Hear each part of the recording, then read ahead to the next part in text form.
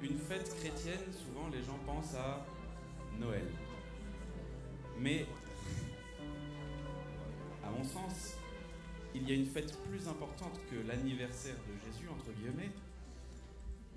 Il y a la fête du temps où il est mort et où il est ressuscité.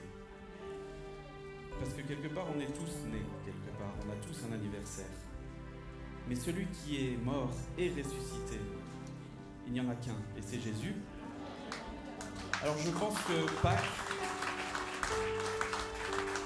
c'est la fête des chrétiens la plus importante, parce que sans Pâques, on n'a aucune raison d'être ici ce matin. Je vais vous lire un psaume qui est traditionnellement lu pendant la fête de Pâques dans les familles juives le soir du Seder. Le Seder, c'est la fête de Pâques. Le psaume 113. Louez, serviteurs de Dieu, louez le nom de l'Éternel.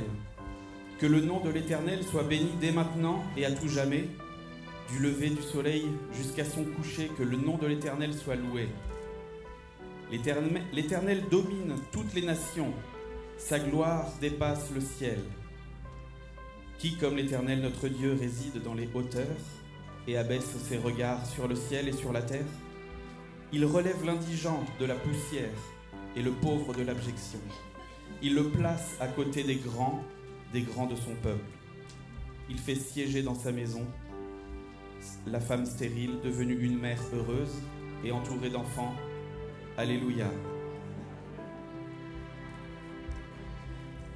En ces temps de réjouissance où on vient célébrer la résurrection de notre Dieu, est-ce que vous êtes prêts à louer le Seigneur? Allez, chantons Hosanna ensemble.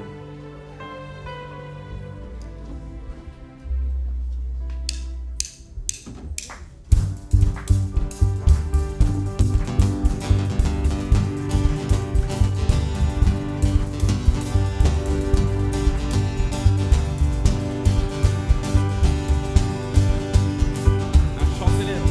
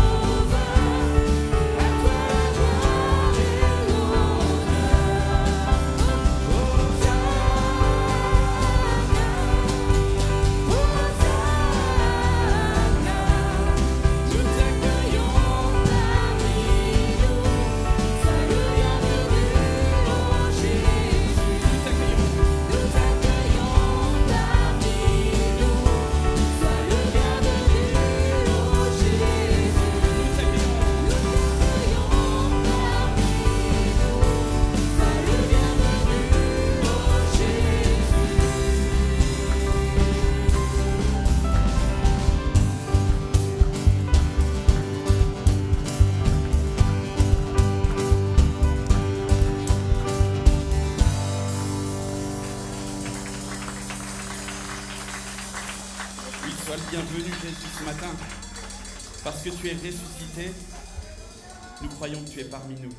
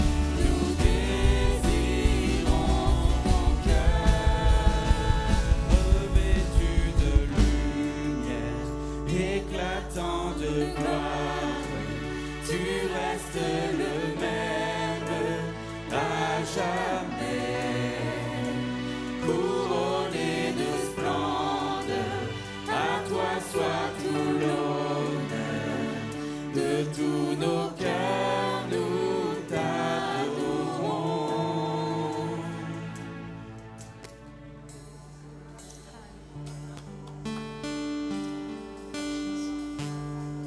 Oui, Seigneur, de tout notre cœur, Seigneur, nous voulons t'adorer. Avec tout notre cœur, avec toute notre force, avec toute notre âme, Seigneur, nous voulons t'adorer. Avec notre être tout entier, Seigneur, nous voulons t'adorer, Seigneur Jésus. Merci, Seigneur Jésus, pour ton amour pour nous. Merci, Seigneur Jésus, pour ton œuvre à la croix pour nous. Merci, Seigneur Jésus, de t'être donné pour nous. Merci de nous avoir donné accès à la vie éternelle. Merci de nous avoir acceptés, Seigneur, auprès de toi. Pour cela, nous voulons te dire merci. Pour cela, Seigneur, nous voulons t'adorer. Pour cela, Seigneur, nous voulons élever nos voix, Seigneur, vers toi. Te dire combien est-ce que tu es bon, parce que tu es digne, Seigneur, de recevoir toute la louange, la gloire et l'honneur. Oui, tu es digne, Seigneur Jésus, de recevoir toute notre adoration. Tu es digne, Seigneur Jésus. Seigneur, on n'a pas assez de mots pour te dire combien est-ce qu'on t'aime.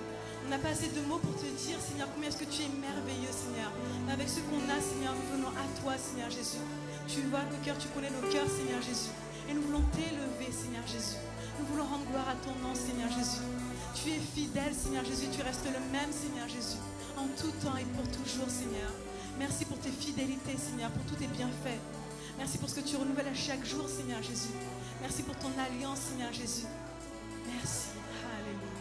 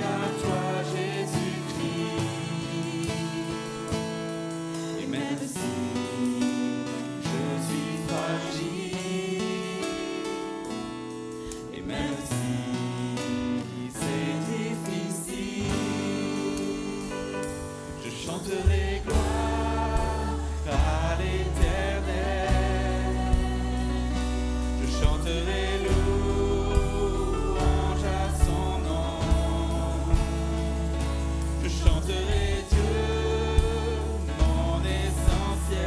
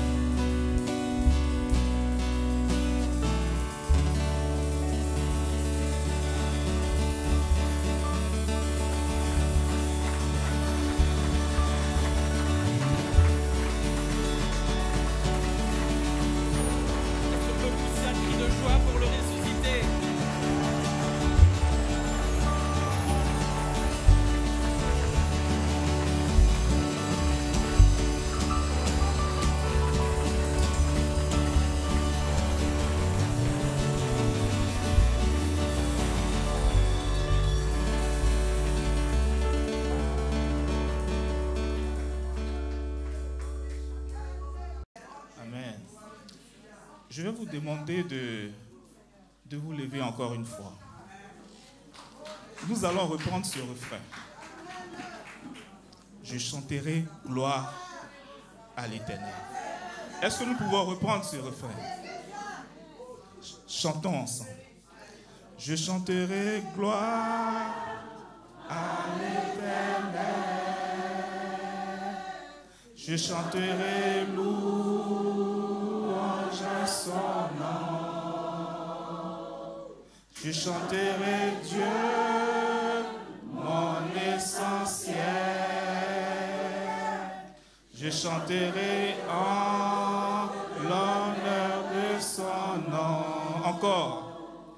Je chanterai gloire à l'Éternel. Je chanterai louange à son nom. Je chanterai Dieu, mon essentiel. Je chanterai en l'honneur de son nom. Acclamons Jésus-Christ.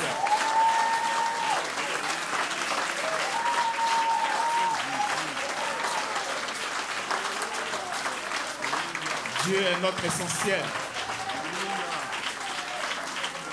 Que son nom soit glorifié. Que son nom soit glorifié. Amen. Vous pouvez vous asseoir. Ça fait du bien de se retrouver ensemble. Donc, je souhaiterais saluer chaque personne présente en ce lieu et aussi nos amis qui nous suivent en distanciel. Souhaitons la bienvenue.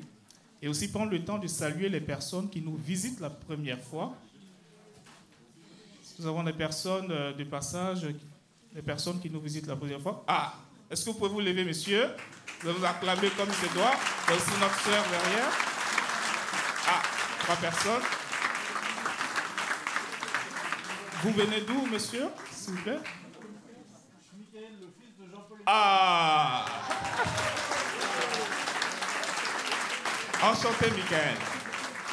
Et nos sœurs? Oui, Mantes-la-Ville. Bienvenue. Que le Seigneur vous bénisse. Et, oui, bonjour.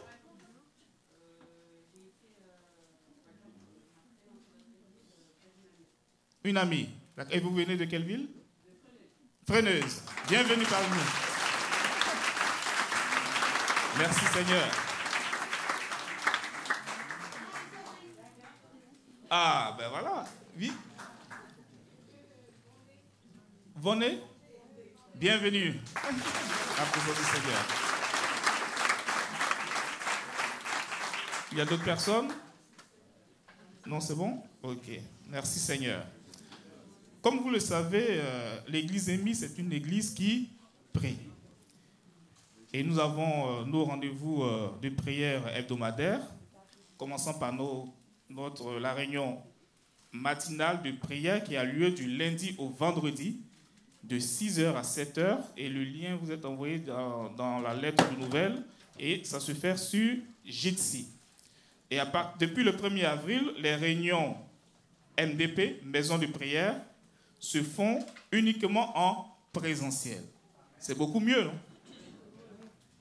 Et si vous avez un témoignage, si vous souhaitez partager un témoignage d'exaucement de prière, nous vous encourageons à venir à ce moment parce que ça fait du bien. Témoigner, c'est d'abord obéir à Dieu. Et c'est aussi une occasion d'édifier son prochain et de se rappeler de la bonté de Dieu.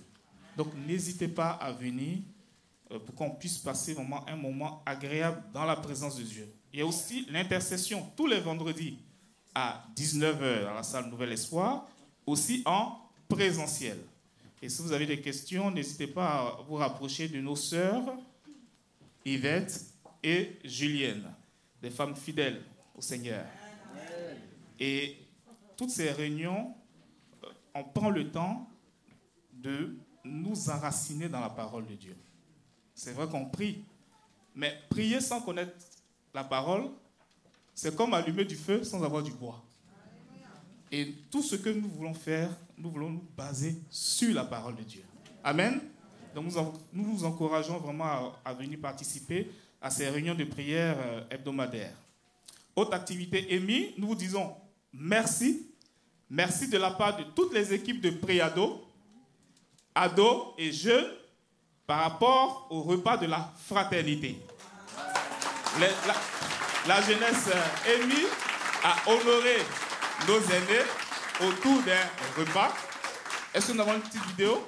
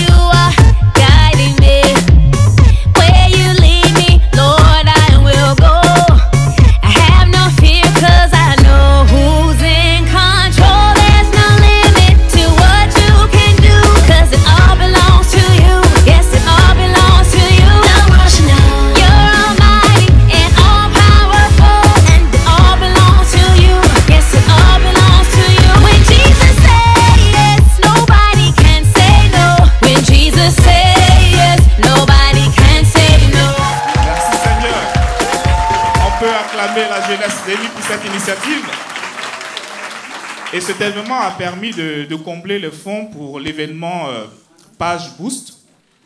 Et parlant de cet événement, une cinquantaine de préados, ados et jeunes de l'église EMI iront au rassemblement Page qui aura lieu demain et se réunissent dès aujourd'hui pour passer le reste de la journée et la nuit ensemble.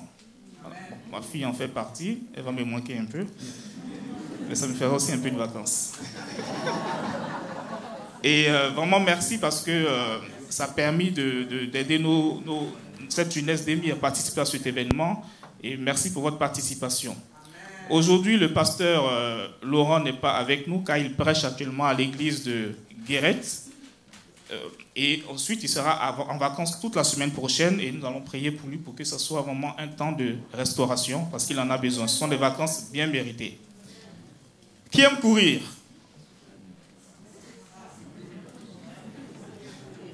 Qui aime courir pour Jésus? Donc, Marie-Flora, tu prends les noms. Bon, pour vous rappeler qu'on a la course des héros qui aura lieu le 19 juin prochain. Les inscriptions sont ouvertes. On n'a pas de vidéo. Non, ok. Bon, vous avez l'affiche ici et n'hésitez pas à vous rapprocher de Marie-Flora et son cher et tendre époux Julien Planquet. Il y a quelques temps de cela, nous avons fêté un heureux événement. Le mariage de Mathias et son épouse Cybèle. Mais vous vous rappelez, hein? Et notre Dieu est bon, il est fidèle. Et nous avons encore une bonne nouvelle. Ouais, vous avez une bonne nouvelle. C'est une bonne formule, ça. À vous annoncer. C'est le mariage de notre sœur Barbara et de notre frère Sostène le samedi 23 avril à 14h30 au CCM. Voilà. Il a bien caché son jeu, hein. Moi j'étais surpris d'apprendre cela. Mais c'est bien comme ça. Ce sont des bonnes surprises. Est-ce qu'il est là aujourd'hui? Non? Ok. Et tous les membres, bien sûr, de EMI et qui souhaitent assister à la cérémonie religieuse seront les bienvenus. Donc, si vous souhaitez avoir un entretien pastoral ou devenir membre de l'église locale ou un rendez-vous pour participer au prochain cours de préparation au baptême, il y a une fiche contact que vous pourrez trouver à la sortie auprès de Marie-Claire. Nous avons loué ce matin, nous avons adoré, nous avons même prié. Maintenant, nous allons laisser toute la place au Seigneur. C'est un jour spécial, n'est-ce pas? Il a une parole pour nous. Et il s'est choisi un serviteur pour ce jour spécial. Ce serviteur, avec son épouse, sont nouveaux membres de l'Église depuis le mois de février. Mais ce ne sont pas de nouveaux dans le corps de Christ. Ils sont pères de 3 enfants, 2 garçons, une fille. Si je vous donne le nom, par exemple, si je vous parle de Yann Antoine, ça vous dit quelque chose? Le pasteur de Saint-Germain-en-Laye. Ce sont les parents de Yann Antoine. Ce sont les parents de Yann Antoine. Et ils sont venus dans cette église pour être bénis, pour être édifiés, mais pour aussi être des canaux que Dieu utilise pour bénir son assemblée. Et je vous permets d'accueillir, comme il se doit, ce serviteur qui a plusieurs années d'expérience dans le ministère pastoral, parce qu'il est pasteur, en guillemets, à la retraite, mais il est toujours disponible pour son Dieu. Je vous demande d'accueillir le pasteur Marc-Antoine, qui va nous apporter le message du Seigneur. C'était l'accueil. Que dire? Tout d'abord, merci à Jacou et à toute l'équipe de Louange, aux musiciens qui nous ont permis de célébrer le Seigneur. Je vais vous faire un petit aveu ce matin. Quand je me suis réveillé, la première chose que je me suis dit, tu ne vas pas à Émy, et c'est comme si le Seigneur me disait, tu ne vas pas à Émy pour prêcher. Tu vas à Émy pour adorer le Seigneur. Tu vas dans l'assemblée des rachetés pour célébrer le roi des rois. Et je bénis Dieu pour ces bons moments qu'on vient de passer ensemble à adorer celui qui a racheté nos vies. Alléluia. Le thème est un peu imposé ce matin. Le jour de Pâques, avec tout ce qui s'est passé à ce jour de Pâques. Alors attendez, j'ai un petit souci avec mon horloge là, évidemment. Ça commence bien, c'est pas grave. On s'en sortira.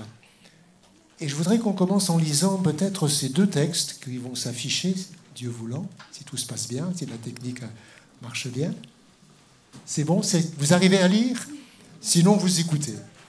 Je voudrais qu'on lise ce texte de Matthieu, chapitre 28, où là, nous voyons justement au petit matin, on est au tout petit matin de la résurrection de Jésus.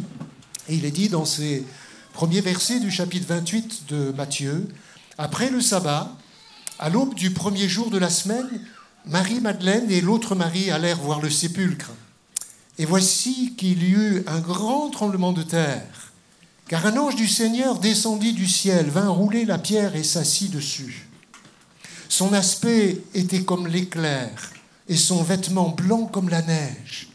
Les gardes tremblèrent de peur et devinrent comme morts.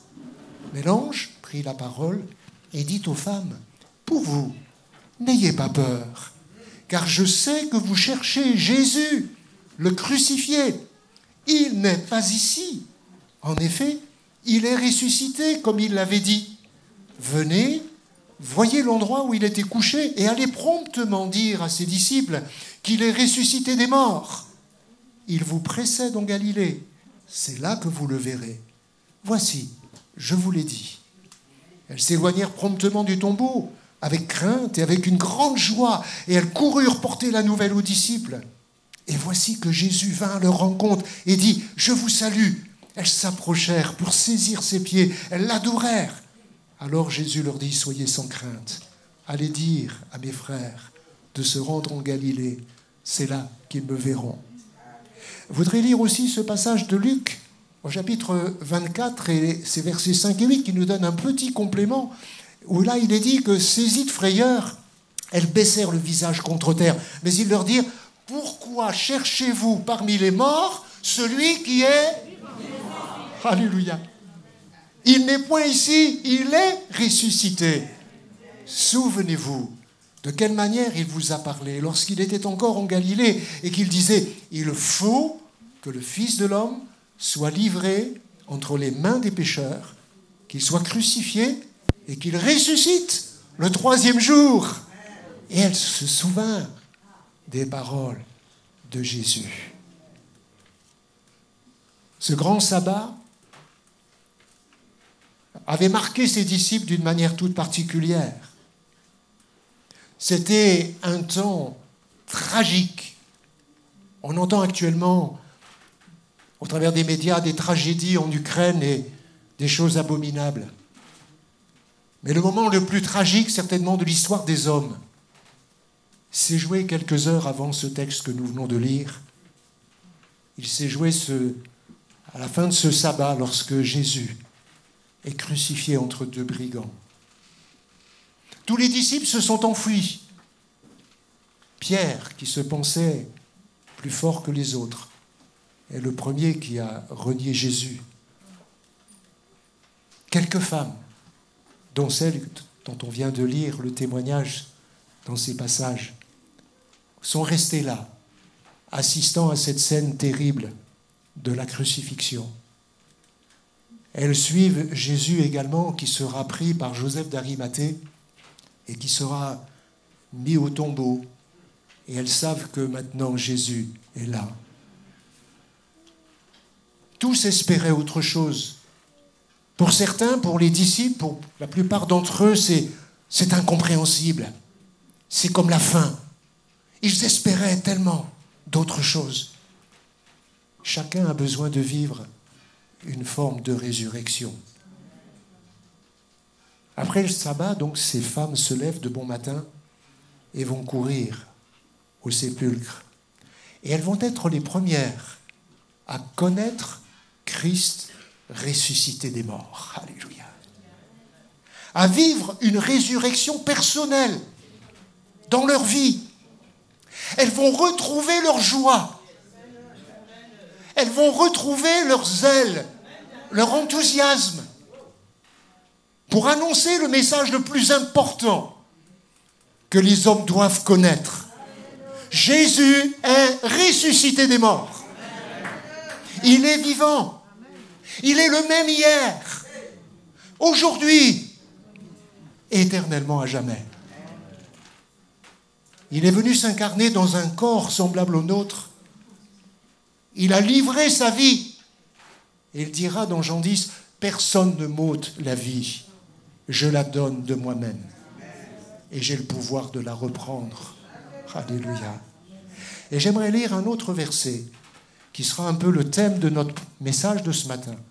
Et le titre que je vais donner à ce message, c'est ce texte de Philippiens chapitre 3, versets 8 à 10, où l'apôtre Paul, qui est lui aussi un de ces témoins de Christ ressuscité, puisque c'est dans cette rencontre sur le chemin de Damas qu'il va rencontrer Jésus et découvrir toute la folie de sa vie et se tourner vers le Seigneur pour devenir cet apôtre que l'on connaît. Et il va dire ceci dans Philippiens chapitre 3, verset 8, « Et même, je regarde toute chose comme une perte à cause de l'excellence de la connaissance de Jésus-Christ, mon Seigneur. » Je vais un peu plus loin. « Afin de connaître Christ et la puissance de sa résurrection. » Et la communion de ses souffrances, en devenant conforme à lui dans sa mort, pour parvenir, si je puis, à la résurrection des morts. Et je voudrais souligner ces mots, afin de connaître Christ et la puissance de sa résurrection. Sur la terre, il y a bien des armes, bien des puissances, il y a des centrales nucléaires, il y a des armes de destruction, il y a des armes extraordinaires, des puissances extraordinaires. Mais la plus grande puissance, c'est la puissance qui a ressuscité Jésus d'entre les morts. Et connaître Christ, c'est important pour notre salut.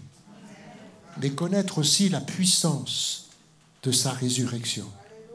Alors je vais retenir trois passages, trois parties de ce texte de Matthieu que nous avons lu. Et le premier passage que j'aimerais souligner, c'est ces mots où l'ange va dire à ces femmes, « Je sais que vous cherchez Jésus. » Non seulement l'ange le savait, mais Jésus savait que ces femmes le cherchaient. Et j'aimerais vous dire que c'est rassurant pour nous de savoir que Jésus sait. Il sait tout de nous. Il connaît nos cœurs, nos pensées. Quand tout va bien et quand tout va mal. Il nous connaît mieux que nous-mêmes. Il connaît toutes nos blessures. Il connaît toutes nos capacités, toutes nos faiblesses. Il connaît nos cœurs. Et il connaissait le cœur de ses disciples, totalement désemparés à ce moment-là. Et ces femmes, et cet ange qui vient dire, « Je sais que vous cherchez Jésus. Je sais. » Vous ne pouvez rien lui cacher au Seigneur. Il sait tout de nous. Il sait tout de toi. Il nous connaît parfaitement. Nos déceptions, nos joies, nos peurs, nos interrogations, nos hésitations, nos doutes. Il sait tout. David disait dans ce psaume 139, verset 2, « Tu sais quand je m'assieds et quand je me lève, tu pénètres de loin ma pensée. » Et notre plus grand besoin, frères et sœurs, si lui nous connaît parfaitement, c'est que nous le connaissions dans toute sa grandeur, dans toute sa puissance, et que cette puissance qui a ressuscité Jésus devienne cette puissance qui nous transforme et qui nous façonne à son image. Pour bien connaître Jésus, pour bien connaître quelqu'un, bien, il est indispensable de chercher à le connaître. On se connaît assez peu encore. Mais on peut prendre du temps pour se connaître. Pour connaître Jésus, on peut le connaître en apparence, comme cela par une expérience. Et j'ai vécu ma première expérience avec Dieu il y a bien des années. Ça fait quelques dizaines d'années. Pour tout vous dire, ça fait 50 ans que j'ai rencontré le Seigneur. Et je pensais le connaître, mais je connaissais si peu de lui. Et je connais encore si peu de lui. Tout à l'heure, une sœur nous parlait de Job qui faisait cette prière. « Mon oreille a entendu parler de toi. Maintenant, mon œil te voit. » Et je pense que nous avons encore besoin de mieux connaître. De connaître au-delà des apparences, au-delà des circonstances, au-delà des événements que nous vivons. Tout cela nous permet de mieux connaître le Seigneur. Oui, je sais que vous cherchez Jésus, dit l'ange. Et Jésus savait. Ces femmes savaient bien où elles avaient perdu le contact avec Jésus. Elles savaient que c'était à ce tombeau où elles avaient vu que Nicodème et Joseph d'Arimathée avaient déposé le corps de Jésus. C'est pourquoi elles vont aller à ce tombeau. Je ne sais pas si vous êtes arrivé dans votre vie de perdre le contact avec le Seigneur. Soyons vrais. Ça nous arrive à tous. Ça nous arrive de perdre le contact. Et savez-vous que ce que Dieu désire, c'est rétablir le contact. Ce que le Seigneur désire, c'est rétablir le contact avec nous. Pierre avait perdu le contact avec Jésus quand il a renié le Seigneur auprès du feu. Et Jésus va tout faire pour renouer ce contact et l'interpeller dans Jean 21. Pierre, m'aimes-tu ? Oui, si vous êtes arrivé de perdre le contact, je suis convaincu que c'est possible de renouer le contact. Les disciples étaient tellement submergés, eux-mêmes avaient perdu le contact avec le Seigneur. Il est dit de ces femmes qu'elles cherchaient à connaître, à rencontrer, à trouver le Seigneur. Cela n'est pas dit des disciples. Même Marc va nous faire cette précision dans son chapitre 16. Il va nous dire que les disciples, au verset 10, il les décrit comme ils s'affligeaient. C'est-à-dire qu'en fait, ils étaient dans le deuil, ils étaient dans la peine, dans une tristesse immense. Et il nous dit, ils pleuraient. Les disciples, ces vaillants gaillards, ce Pierre, ce Jean, ce Matthieu, ils étaient là dans les larmes, ils pleuraient. Ils n'étaient pas en train de chercher Jésus, ils étaient complètement abattus. Oui, le chercher, c'est le meilleur quand on a perdu le contact avec Jésus. Et j'aimerais vous dire, si vous n'avez plus la force un jour de le chercher, lui vous cherchera encore. Alléluia. La plupart d'entre nous, je pense, ce matin, nous le connaissons. Peut-être quelqu'un qui nous écoute, ou quelqu'un qui est au milieu de nous, commence à le découvrir et ne l'a pas encore vraiment trouvé. On pourrait certainement, la plupart d'entre nous, dire « Nous avons trouvé le Messie, nous connaissons Jésus ». Mais pour le connaître, et bien le connaître, vous l'avez compris, il faut le chercher. C'est ce que faisaient ces femmes. Et j'aimerais vous dire, si quelqu'un au milieu de nous ce matin, si quelqu'un qui nous écoute ne connaît pas bien Jésus encore, j'aimerais vous dire, cherchez-le et vous le trouverez. Cherchez-le. Vous me chercherez et vous me trouverez si vous me cherchez de tout votre cœur, nous dit le prophète Jérémie au chapitre 29 et au verset 13. Non, Jésus ne se révèle pas à une élite, mais il s'approche du pécheur, du coupable, du blessé, de celui qui est sans force, celui qui n'a plus de sens à sa vie, et il veut le restaurer. Les deux Maries, vous l'avez bien compris, elles connaissaient Jésus déjà. Elles le connaissaient comme le Messie. Elles le connaissaient comme le crucifié même. Mais elles ne le connaissaient pas encore comme le ressuscité. C'est pourquoi elles continuaient de chercher, à le chercher. Et elles vont découvrir, et elles vont être les premières à découvrir le ressuscité, le vivant. Je suis celui qui disait à Marthe et Marie, « Je suis la résurrection et la vie. » Si quelqu'un connaissait bien le ressuscité, c'est certainement l'apôtre Paul. Lui qui avait combattu l'Église de Jésus-Christ et les disciples de son temps. Et il cherchait encore à le connaître, et à le connaître toujours plus, le connaître davantage. Et je voudrais vous lire ce passage que nous évoquions tout à l'heure, en entier, Philippiens 3, verset 8. Et même, je regarde toute chose comme une perte à cause de l'excellence de la connaissance de Jésus-Christ mon Seigneur, pour lequel j'ai renoncé à tout. Et je les regarde comme de la boue, afin de gagner Christ et d'être trouvé en lui, non avec ma justice, celle qui vient de la loi, mais avec celle qui s'obtient par la foi, afin de connaître Christ et il y a cette petite coordination, et connaître Christ et la puissance de sa résurrection. Et la communion de ses souffrances, en devenant conforme à lui dans sa mort, pour parvenir, si je puis, à la résurrection d'entre les morts. Paul désirait plus que tout connaître Jésus et la puissance de sa résurrection.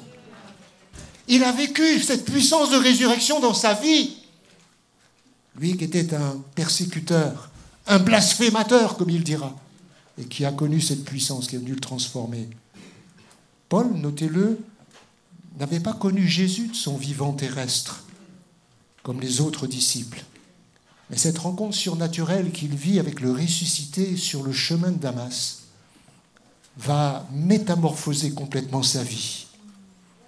Paul a expérimenté dans sa vie, je dirais même commencé à expérimenter dans sa vie la puissance de la résurrection de Jésus-Christ, qui est venu ressusciter sa vie. Et pour cela, pour connaître davantage encore de cette puissance de résurrection, Paul le dit ici dans ce passage, il a renoncé à tout. Il regarde tout comme de la boue, afin de connaître Christ et cette puissance. Vivre cette résurrection dans sa vie est une priorité. Il dira même dans cet épître aux Philippiens, au chapitre 1er, verset 21, une parole que vous connaissez bien. Christ est ma vie, et la mort m'est un gain. C'est vrai qu'après avoir gâché sa vie dans des pratiques religieuses destructrices, Paul a compris que la plus grande puissance qui peut transformer une vie, c'est cette puissance qui a ressuscité Jésus-Christ.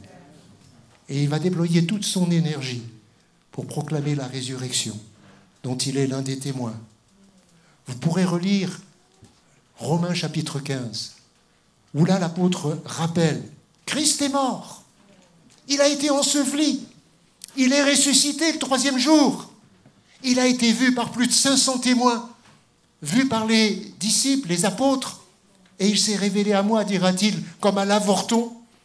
Il se considérait comme un misérable parce qu'il avait persécuté l'Église de Jésus.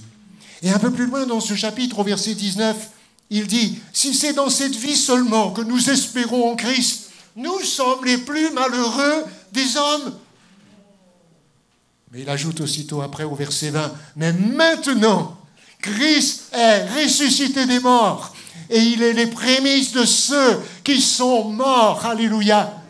Et si un jour, et je pense que ça viendra, on va passer par la mort, cette même puissance qui a ressuscité Jésus va nous ressusciter avec lui.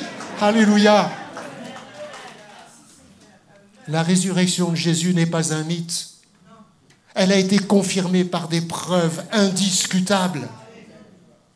Et quand Luc commence ce livre des Actes des Apôtres, il dira, chapitre 1er, verset 3, « Après qu'il eut souffert, il leur apparut vivant et leur en donna plusieurs preuves, se montrant à eux pendant 40 jours et parlant des choses qui concernent le royaume de Dieu. » Et j'espère que, avec moi, vous pouvez dire, j'ai dans ma vie des preuves de la résurrection de Jésus.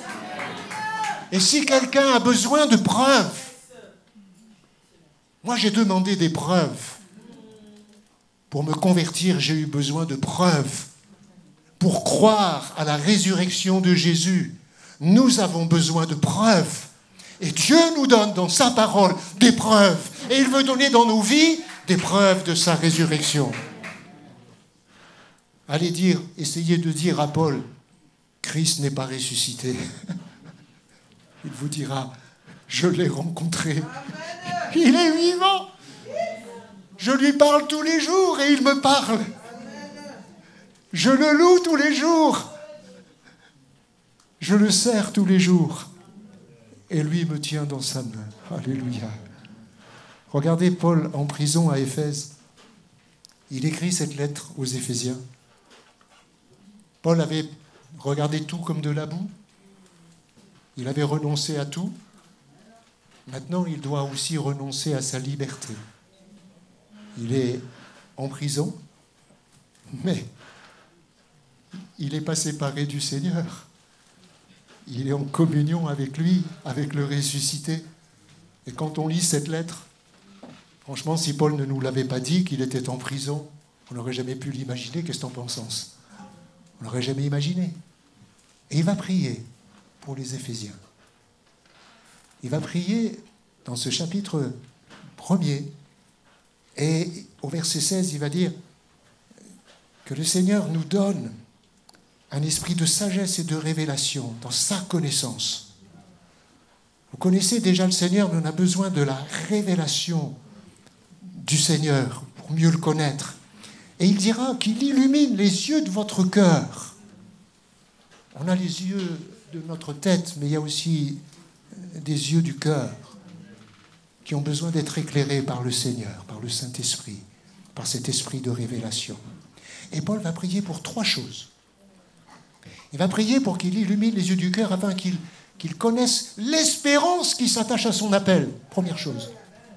La deuxième chose, il prie pour qu'il connaisse, qu'il comprenne la richesse de la gloire de son héritage. Il y a un héritage glorieux pour les rachetés du Seigneur. Et pas simplement un héritage dans l'éternité, mais je crois un héritage déjà présent dans notre vie, avec Jésus maintenant. Et puis la troisième chose, et c'est peut-être une des plus importantes, que nous comprenions, que nos yeux s'illuminent pour que nous comprenions quelle est envers nous la grandeur, l'infinie grandeur de sa puissance. Cette puissance qui a été manifestée avec efficacité et qui a été déployée en le ressuscitant des morts.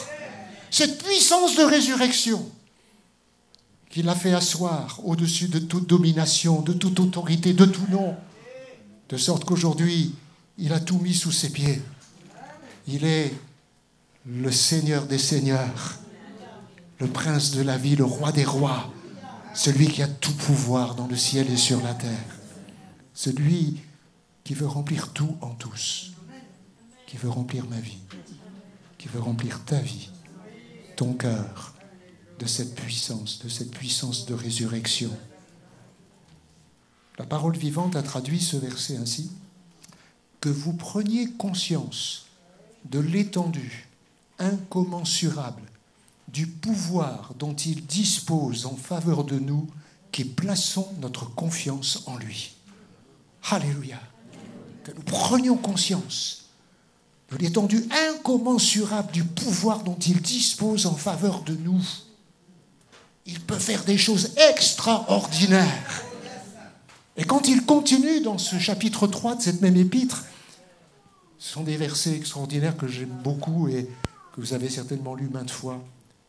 Il va terminer dans ce chapitre 3 avec ces mots: en sorte que vous soyez remplis jusqu'à toute la plénitude de Dieu. Et puis au verset 20, il va dire ceci: or à celui qui peut faire par la puissance qui agit en nous, infiniment au-delà de tout ce que nous demandons ou pensons. Oui, ces femmes avaient bien raison de chercher Jésus, de chercher à le connaître dans sa résurrection, dans sa puissance, dans sa grandeur. Vivre l'Évangile, c'est vivre avec cette puissance du ressuscité qui agit en nous. Qui agit en nous pour nous rendre capables d'aimer les gens non aimables, d'aimer notre prochain, d'aimer nos ennemis, d'être capable de pardonner, même les choses qui sont impardonnables, qu'on n'arrive pas à pardonner. On a besoin de cette puissance de résurrection dans nos vies pour aimer, pour pardonner, pour espérer là où il n'y a plus d'espoir, pour donner de l'espérance là où il n'y a plus d'espoir. On a besoin de cette puissance de résurrection dans nos vies pour vivre dans le repos de Dieu, dans un monde déboussolé, et marcher en vainqueur jour après jour. Alléluia. Les femmes cherchaient Jésus, et je vous invite comme elles à chercher toujours à mieux connaître ce Jésus que vous connaissez déjà et à grandir dans cette connaissance de la puissance de sa résurrection. Et une deuxième pensée qui m'a frappé dans ce passage, c'est celle-ci: c'est les gardes devinrent comme morts. Ces gardes romains, harnachés de leur cuirasse, de leur casque, de leur bouclier, leur épée certainement, leur lance, leur bouclier, des hommes de combat. Et vous avez ces deux petites femmes qui viennent là, avec leurs aromates. Vous voyez un peu le contraste? Et puis l'ange descend. Et là, la terre tremble, les soldats sont complètement terrorisés, et le texte nous les décrit. Ils devinrent comme morts. Mais les femmes, elles, certes, elles tremblent aussi un petit peu quand même. Parce que je crois que quand on est tellement près du Seigneur, on tremble devant notre petitesse, mais combien on est rassuré. Parce qu'il est là, non pas pour nous faire trembler, mais il est là pour nous fortifier. Il est là pour nous rassurer. Ne craignez pas, n'ayez pas peur, on va dire cet ange. Et c'est les mêmes paroles que Jésus dira lorsqu'il s'approche d'elle quelques instants plus tard. N'ayez pas peur. Je ne suis pas là pour vous faire du mal, pour vous faire trembler. Je suis là pour vous fortifier. Ce sont les plus faibles qui, elles, étaient, je pense, déjà mortes à la peur. Alors que les soldats, eux, ils sont morts de peur. Ces deux femmes savaient très bien que le tombeau était fermé, barricadé par cette grosse pierre tellement lourde qu'il leur était même pas pensable de pouvoir imaginer la rouler pour elles. Et puis, deuxième chose, elles savaient pertinemment que le tombeau était gardé par ces gardes militaires romains, armés jusqu'aux dents. Elles y sont allées par la foi, conscientes des obstacles et conscientes de leur incapacité, confiantes dans le Seigneur. Elles avaient des montagnes de questions, d'incompréhension. Qui nous roulera la pierre? Mais Dieu a déplacé le rocher. Et rappelez-vous ce que disait Jésus dans Matthieu 17, 20. C'est à cause de votre incrédulité, leur dit Jésus. Je vous le dis en vérité, si vous ayez de la foi comme un grain de sénévé, vous diriez à cette montagne, ôte-toi de là, transporte-toi d'ici là, et elle se transporterait. Rien ne vous serait impossible. Oui, vivre la puissance de sa résurrection, ça veut dire vivre à son contact, dans sa présence, en marchant par la foi, sans nous laisser impressionner par les événements, les circonstances défavorables, favorables, les vents contraires. Paul l'avait bien compris. Pour vivre la vie du ressuscité, il lui fallait devenir conforme à Jésus dans sa mort. Et pour vivre la vie de résurrection, frères et sœurs, il faut qu'il y ait aussi une mort. Il n'y a pas de résurrection sans mort. Il n'y a pas de guérison sans maladie. Et pour être ressuscité, il faut connaître la mort. Mais c'est la mort que l'on choisit. Ce n'est pas la mort que l'on nous impose. C'est la mort que nous préférons. Parce qu'il vaut mieux mourir au péché, mourir à soi-même, mourir à ce monde, que de vivre pour soi, en égoïste, vivre avec son péché et vivre dans ce monde. Oui, pour vivre cette résurrection du ressuscité, cette vie du ressuscité, c'est indispensable de choisir de mourir. Comme le dit Paul dans ce texte que nous lisions dans Philippiens, choisir de devenir conforme à Christ dans sa mort. C'est décider de se regarder comme mort au péché, comme vivant pour Dieu en Jésus-Christ. C'est choisir jour après jour de s'affectionner aux choses d'en haut, s'affectionner aux choses de l'esprit, de marcher selon l'esprit et non selon la chair. Et voici, il y eut ce grand tremblement de terre. Toute la terre est dans ses mains.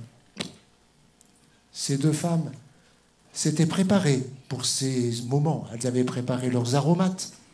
Elles s'étaient levées de bon matin, sans savoir ce que Dieu avait préparé.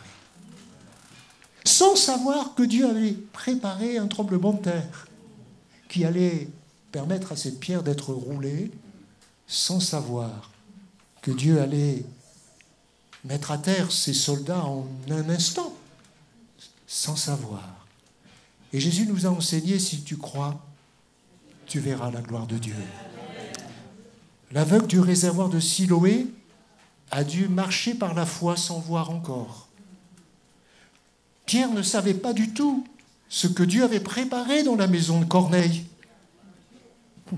Paul ne savait pas qu'en allant vers Rome dans ce navire, au milieu de la tempête, il échouerait sur cette île de Malte parce que Dieu avait préparé là un temps de réveil et de guérison pour plusieurs. Et Jean, l'apôtre, pouvait-il imaginer que ce qu'il allait vivre dans cette île de Patmos, où il est envoyé en bagne, pouvait-il imaginer une seule seconde que Jésus allait se révéler à lui comme le ressuscité et lui décrire toute cette scène qui nous est écrite dans le livre de l'Apocalypse, de la Révélation, nous décrivant tous ces événements à venir, sa victoire éternelle, alléluia, sur toutes les puissances de ténèbres. Écrire ces paroles qui allaient et qui ont été et qui seront jusqu'au retour de Jésus, des paroles d'encouragement pour nous dire « N'aie pas peur, la fin, on la connaît, c'est Jésus le vainqueur. Il vient prendre son Église, il vient nous prendre avec lui. Il mettra l'adversaire de nos âmes dans les chaînes et nous serons pour toujours avec lui. Il n'y aura plus de larmes, il n'y aura plus de blessures, il n'y aura plus de péché, il y aura la joie et la vie. » Jean pouvait-il imaginer? si vous voulez voir la puissance de résurrection se manifester, attendez-vous à trouver des barrières infranchissables devant vous, à rencontrer des opposants au projet de Dieu, peut-être entre vous et le plan de Dieu pour votre vie ou pour votre Église. Attendez-vous à voir le Seigneur aussi ôter les obstacles que vous ne pourrez pas ôter par vous-même. Et attendez-vous aussi à devoir persévérer par la foi face aux interrogations et à toutes vos incompréhensions de ce que Dieu est en train de faire. Persévérer comme ces femmes l'ont fait. Oui, Jésus a dit dans Marc 16, à la fin de Marc 16, « Voici les miracles qui accompagneront ceux qui auront cru. En mon nom, ils chasseront les démons. Ils parleront de nouvelles langues. Ils imposeront les mains aux malades. » Voilà les promesses que le Seigneur a faites. Et dans le verset 20 de ce même chapitre 16 de Marc, il est dit ceci, « Et ils s'en allèrent, prêcher partout. » Alléluia. Annoncer Jésus. Le Seigneur travaillait avec eux et il confirmait la parole par les miracles qui l'accompagnaient. Alléluia. Il se révèle. Et cette puissance de résurrection qui a ressuscité Jésus, elle va agir au travers des disciples pour permettre à d'autres de connaître le nom de Jésus. Et je termine avec cette dernière pensée. Elle est là. Allez promptement dire. Voilà le message de cet ange. Allez promptement dire à ses disciples qu'il est ressuscité des morts. Et voici, il vous précède en Galilée. C'est-à-dire, il marche devant vous en Galilée. C'est là que vous le verrez. Voici, je vous l'ai dit. Oui, elles étaient les témoins pour leur génération, ces femmes. Frères et sœurs, nous le sommes pour la nôtre. Et les gens de notre génération, tout autant que ceux d'il y a 2000 ans, ont besoin de savoir et d'entendre et de croire que Jésus est vraiment ressuscité. Et ceux qui vont pouvoir proclamer ce message, c'est vous et moi. Les anges ont fait leur part. Et dans ce texte, on l'a lu, ils vont dire, voici, on vous l'a dit, je vous l'ai dit. Sous-entendu, j'ai fait ma part, moi. Voilà mon message. Allez en Galilée, il vous précède. L'ange a fait sa part. Jésus a fait sa part à la croix. Alléluia. Donnant sa vie. Expiant nos péchés entre deux brigands. Dans l'atrocité des douleurs de la crucifixion. Ressuscitant des morts. Sortant du tombeau. Pour nous réconcilier avec notre Père. Il a fait parfaitement cette œuvre. Et il dira, Père, j'ai parfait ton œuvre. Sur la croix, ces dernières paroles sont celles-ci. Tout est accompli. Tétélestai. Il n'y a plus rien à ajouter. C'est comme une sorte de tampon pour dire, c'est payé. Vos péchés sont payés. Vous n'avez rien à faire pour être sauvé d'autre que de croire dans ce sacrifice. Jésus a fait son œuvre parfaitement. Et pour tous les hommes de toutes les générations, de tous les temps, tout est accompli. Et il reste quelque chose à accomplir par l'Église de Jésus. Ces femmes sont allées promptement, comme cela leur a été dit. Ne faisons pas attendre le Seigneur. Elles sont parties avec un message incroyable. Il est ressuscité. Mais vous êtes folles. Vous divaguez. Les disciples même, eux qui connaissaient Jésus, vont pas arriver à croire. Ils sont tellement englués dans leur tristesse. Ils sont tellement prisonniers des larmes et de leur désespoir. Et les gens qui nous entourent sont eux aussi prisonniers de tristesse, de blessures, de fardeaux, de désespoir. Peut-être qu'aux premières paroles, ils ne vont pas nous croire. Mais puissions-nous prier pour eux et être persévérants et croire que la parole de Jésus est vivante. Et que quand Jésus se révèle à un cœur, quand Jésus parle dans un cœur, il est capable de transformer cette vie. Les gens de notre génération ont besoin d'entendre ce message. Ils ont besoin de savoir que Jésus est ressuscité. Les femmes sont reparties avec joie. Elles sont reparties avec joie et elles ont couru annoncer ce message. 50 jours plus tard, elles seront avec les disciples dans la chambre haute. Et là s'accomplit la promesse de Joël. Et on peut dire qu'à ce moment-là, vraiment, cette puissance de la résurrection de Jésus va descendre sur eux tous. Et chacun d'eux va être rempli du Saint-Esprit. Rempli du Saint-Esprit. Ils vont parler en de nouvelles langues, des merveilles de Jésus, des merveilles du royaume de Dieu, des merveilles de Dieu. Mes frères, s'il y a quelque chose dont on doit parler quand on est rempli du Saint-Esprit, c'est des merveilles de Dieu. C'est de tout ce que Dieu a fait pour nous. C'est de tout ce qu'il veut faire. Vous recevrez une puissance, disait Jésus dans Acte 1:8, le Saint-Esprit survenant sur vous. Et c'est cette puissance qui a ressuscité Jésus que Jésus veut mettre sur nous. Je ne sais pas ce que Dieu a prévu pour la fin de ce culte. Je ne sais pas ce que Dieu a prévu pour vous dans cette année. Mais je sais une chose, c'est que Jésus a prévu pour tous ses disciples qu'ils soient remplis du Saint-Esprit. Je crois que dans quelques semaines, on va parler de la Pentecôte. Et on veut dans notre Église aussi que chacun, et que dans toutes les églises de France et du monde entier, les hommes et les femmes soient remplis du Saint-Esprit. C'est le désir du Seigneur. Maintenant, je vais conclure avec cette pensée. Ne passez pas à côté de votre propre résurrection. Ne passez pas à côté de votre résurrection. Vous avez bien lu avec moi et vous avez retenu cette parole où l'apôtre Paul, dans ce chapitre des Philippiens, va dire, et il va exprimer ceci, pour parvenir, si je puis, à la résurrection d'entre les morts. Paul prêche que Jésus est ressuscité. Paul a livré sa vie, comme on le chantait tout à l'heure dans ce beau chant, « Je t'offre ma vie, Seigneur ». Paul a livré sa vie et il veut parvenir à la résurrection des morts. Frères et sœurs, à quoi servirait de faire tout ce que l'on fait si on ne parvient pas à franchir la ligne et à être ressuscité des morts avec Jésus-Christ? Parvenir. C'est ça l'objectif. Paul voulait parvenir à la résurrection. Et il voulait aussi entraîner tous ses auditeurs avec lui dans cette résurrection.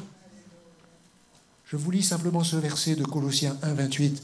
C'est lui que nous annonçons, Jésus, en avertissant tout homme et en instruisant tout homme en toute sagesse, afin de rendre, écoutez bien, tout homme, c'est vrai pour vous mesdames aussi, tout homme, toute femme, parfait en Christ.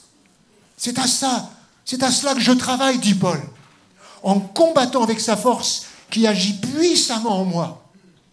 Et ce que l'apôtre Paul le désirait, c'était lui-même parvenir à la résurrection des morts et être ressuscité avec Christ.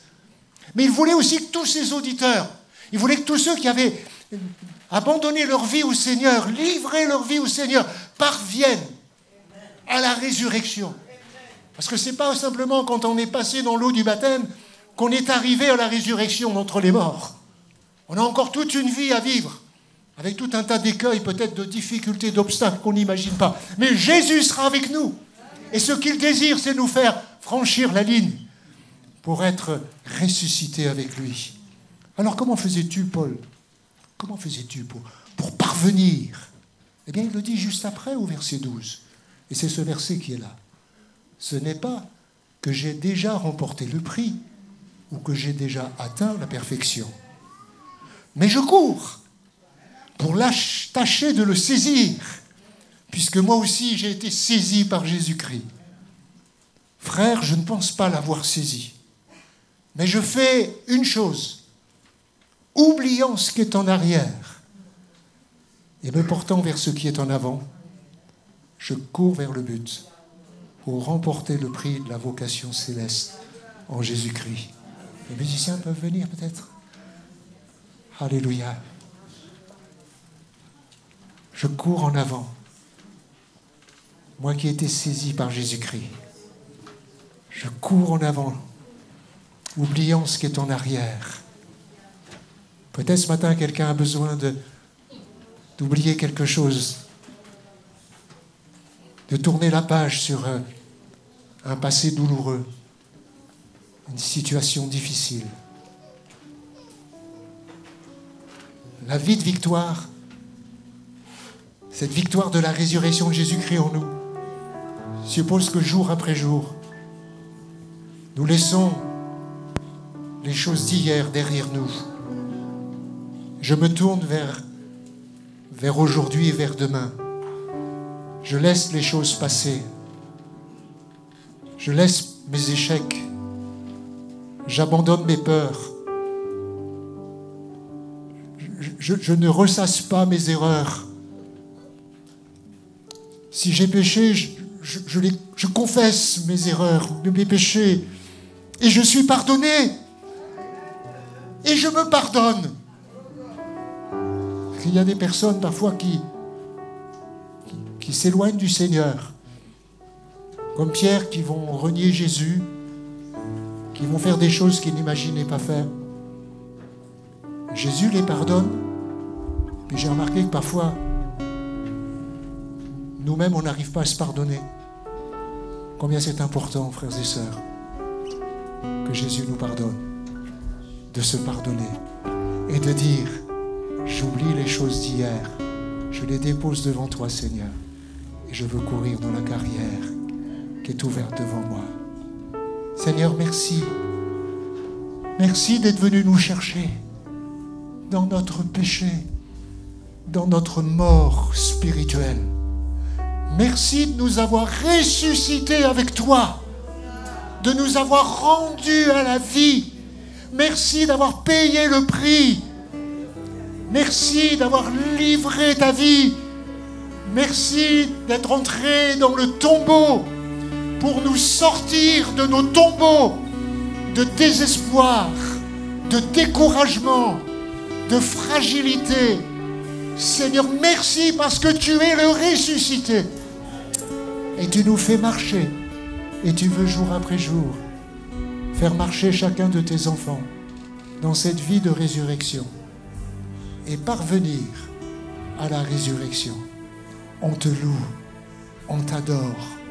Fais de ces lieux une chambre haute et que le Saint-Esprit vienne renouveler en chacun de nous cette puissance de résurrection pour que nous marchions jour après jour en vainqueur.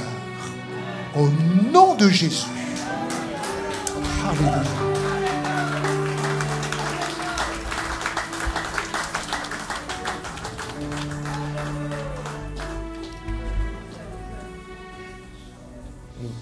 On va demander aux frères qui ont été désignés pour la Sainte Seine de s'approcher. Et on va reprendre ce cantique qui je crois aujourd'hui est prégnant. Je chanterai gloire à l'Éternel.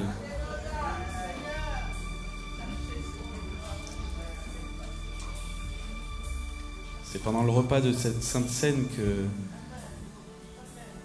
que Jésus a donné un petit peu son testament, ses dernières recommandations à ses disciples. Il s'est passé des choses terribles pendant ce week-end de Pâques, ce premier week-end de Pâques avec Jésus. Mais c'était pour des grandes choses. C'était pour nous racheter.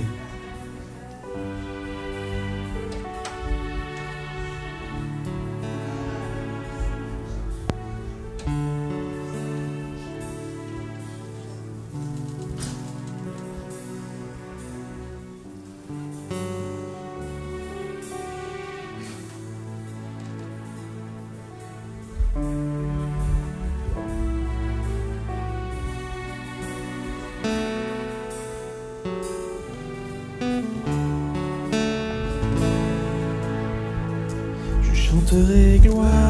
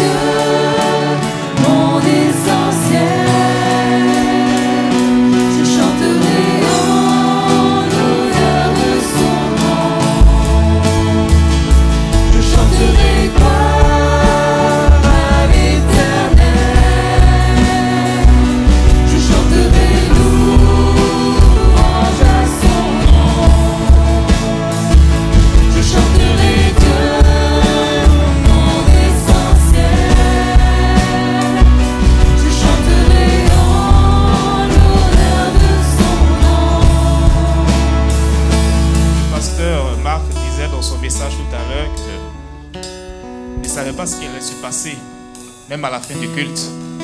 Mais comme nous savons si bien le faire, nous allons prier pour lui et son épouse. Ils nous ont rejoints, c'est pour une mission précise. Et je vais demander à Christine,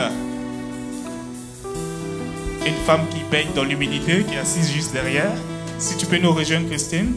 Et je vais aussi demander à notre frère Nicolas Labis, il est là, de venir prier pour ce couple. Et après, si la sœur Yvette peut se préparer pour prier pour l'assemblée par rapport à ce message.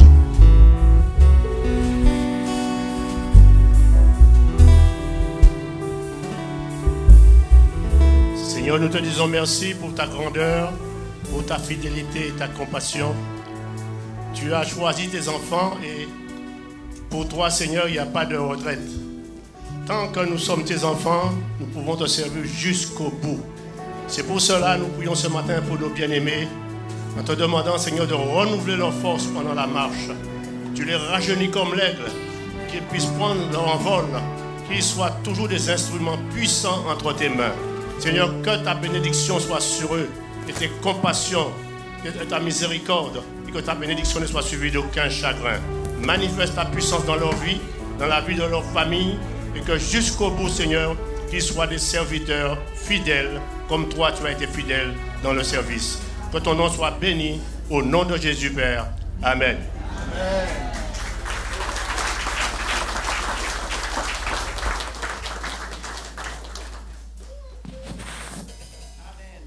Alléluia. On va fermer nos yeux, on va prier et remercier le Seigneur pour cette parole.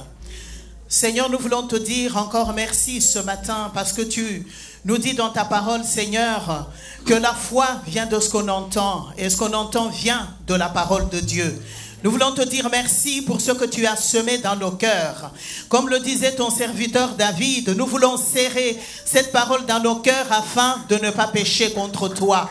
Nous voulons te dire merci, Seigneur, parce que nous ne voulons pas seulement nous borner à écouter ta parole, mais nous voulons vraiment que tu nous aides par le Saint-Esprit à la mettre en pratique au nom puissant de Jésus. Merci, mon Dieu, pour ce que tu as semé. Nous voulons vraiment, Éternel, que cela soit arrosé et que cela porte du fruit jusqu'à dans l'éternité.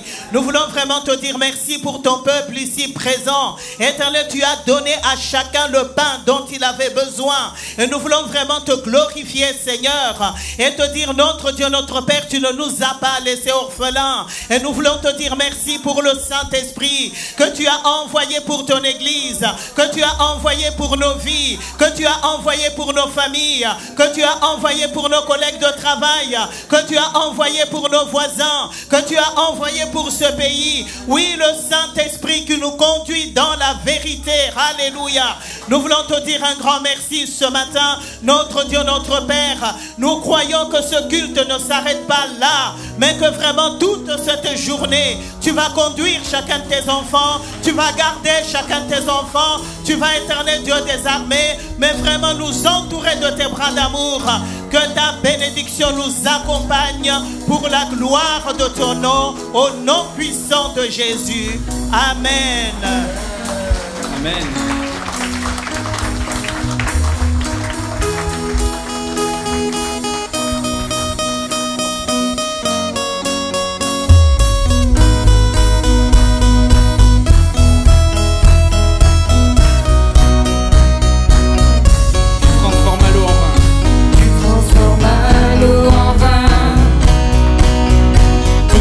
Les yeux de ta main, une comme toi.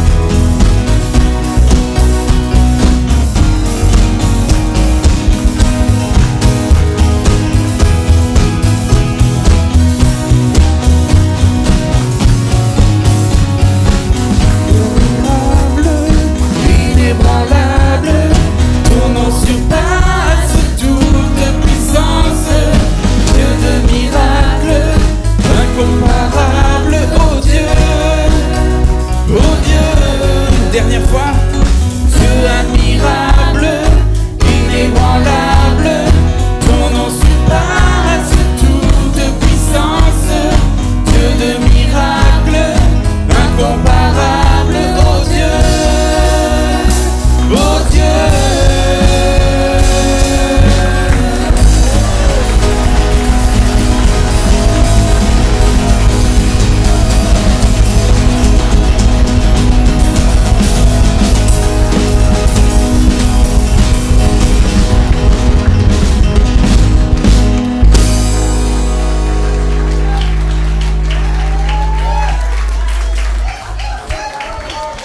Bon retour à chacun, soyez bénis. Joyeuse Pâques en français, Pessar Sameach en hébreu. Rentrez bien.